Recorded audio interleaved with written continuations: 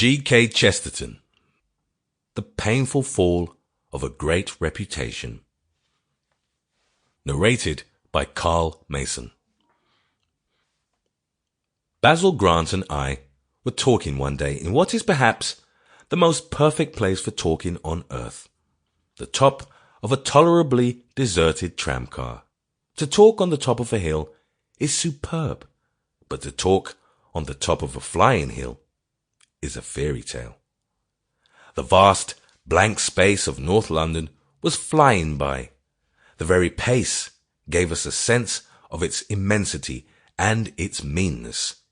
It was, as it were, a base infinitude, a squalid eternity, and we felt the real horror of the poor parts of London.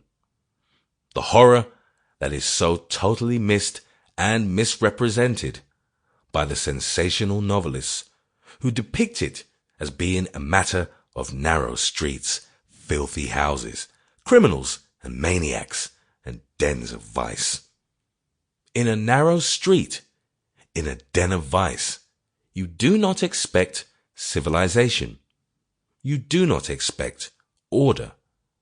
But the horror of this was the fact that there was civilization, that there was order, but that civilization only showed its morbidity and order only its monotony.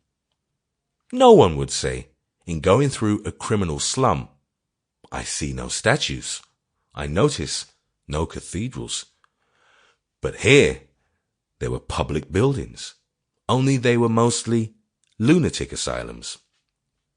Here there were statues, only they were mostly statues of railway engineers and philanthropists, two dingy classes of men united by their common contempt for the people.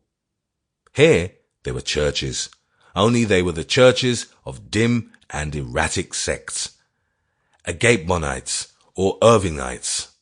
Here, above all, there were broad roads and vast crossings and tramway lines and hospitals and all the real marks of civilization.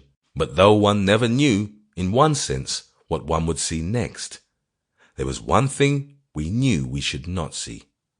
Anything really great, central, of the first class, anything that humanity had adored. And with revulsion indescribable, our emotions returned. I think to those really close and crooked entries, to those really mean streets. Sample complete. Ready to continue?